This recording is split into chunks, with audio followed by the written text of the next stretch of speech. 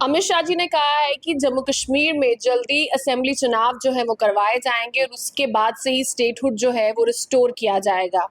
और काफी देर से इंतजार था कि कब जम्मू कश्मीर में असेंबली चुनाव जो है वो होंगे। और वहीं पर जिस तरीके का वोटर टर्नआउट कश्मीर में देखने को मिला है, उसके बाद से जो है ये अटकलें लगाई जा रही है कि बहुत जल्द जो है 30 सितंबर से पहले पहले जम्मू कश्मीर में असेंबली चुनाव जो है वो करवाए जाएंगे। बातचीत करने के लिए इस टाइम मेरे साथ मौजूद है प्रताप सिंह जम्वाल, जो कि एक सोशल पॉलिटिकल एक्टिविस्ट है। इनसे बात करते हैं।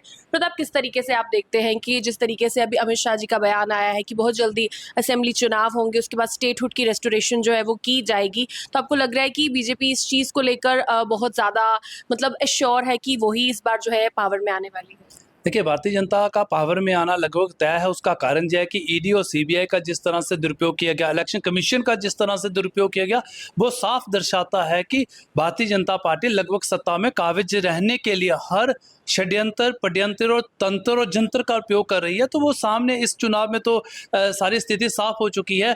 जम्मू कश्मीर के अंदर अगर आप देखें कि जिन जगहों पे जम्मू कश्मीर में भारतीय जनता पार्टी ये कहती थी कि जम्मू कश्मीर बदल चुका है, जहां खुशहाली आई है, जहां रोजगार आए हैं, जहां पे आतंकवादी घटनाएं कम हो चुकी हैं, वहां पे भारतीय जनता पार्टी अपना कैंडिडेट नहीं दे पाई है उस पार्लियामेंट हल्के में जहां पे इन्होंने बल्कि आरक्षण भी दिया, वहां पे भी जाके अपना कैंडिडेट नहीं दे पाई। तो साफ दर्शाता है कि भारतीय जनता पार्टी के पास भी आज जमीनी रिपोर्ट है कि ये कहीं भी जमीन पे भी दिखाई नहीं दे रहे हैं। इसलिए आज ये षड्यंत्रकारी चुनाव लड़ रहे हैं। तो मुझे लगता देश का दुर्भाग्य है कि इस तरह के लोगों के हाथ में सत्ता आ रही है और सत्ता का दुरुपयोग कर रहे हैं।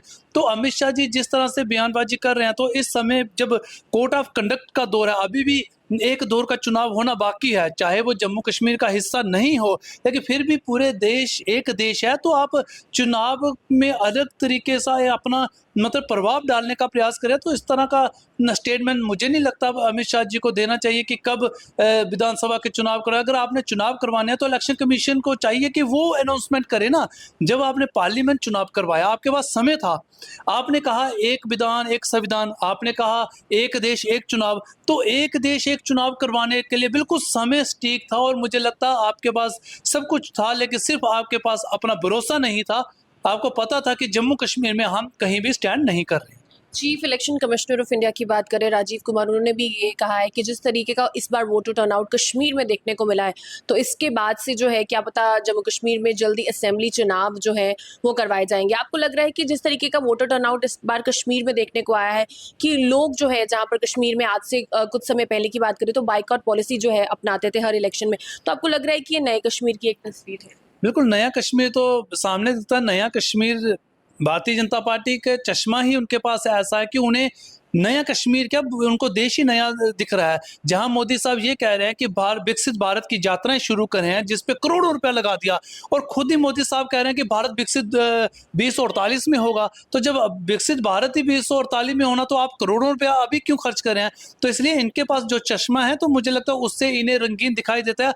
आप जिस टर्नआउट की बात करें, जब बेरोजगारी दर पीक पे जा रही है, जब महिलाओं की सुरक्षा को लेकर बात आती है, वहां पे महिला सुरक्षित नहीं है।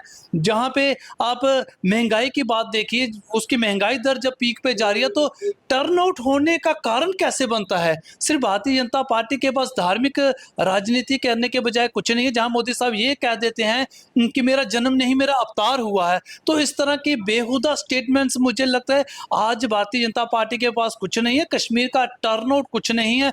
तो मैंने कहा षड्यंत्र, जंतर तंत्र मंत्र सब भारतीय जनता पार्टी के पास है। इसलिए ये कुछ भी कह सकते हैं। हमें तो ये उम्मीद थी कि अब ये कहेंगे कि 370 टूट गया है, जो रोड़ा था वो हट गया है, अब तो जम्मू कश्मीर में तो 100% वोटिंग हुई है। शुक्र करो भारतीय जनता पार्टी ने भगवान का इतना खौफ खा लिया कि उन्होंने ये नहीं कहा कि 100% वोटिंग हो चुकी है। तो मुझे लगता है कि वोटिंग होना, हम कह रहे हैं कि लोगों को मत अधिकार का उपयोग करना चाहिए, वोट डालना चाहिए, हम इसके खिलाफ नहीं है।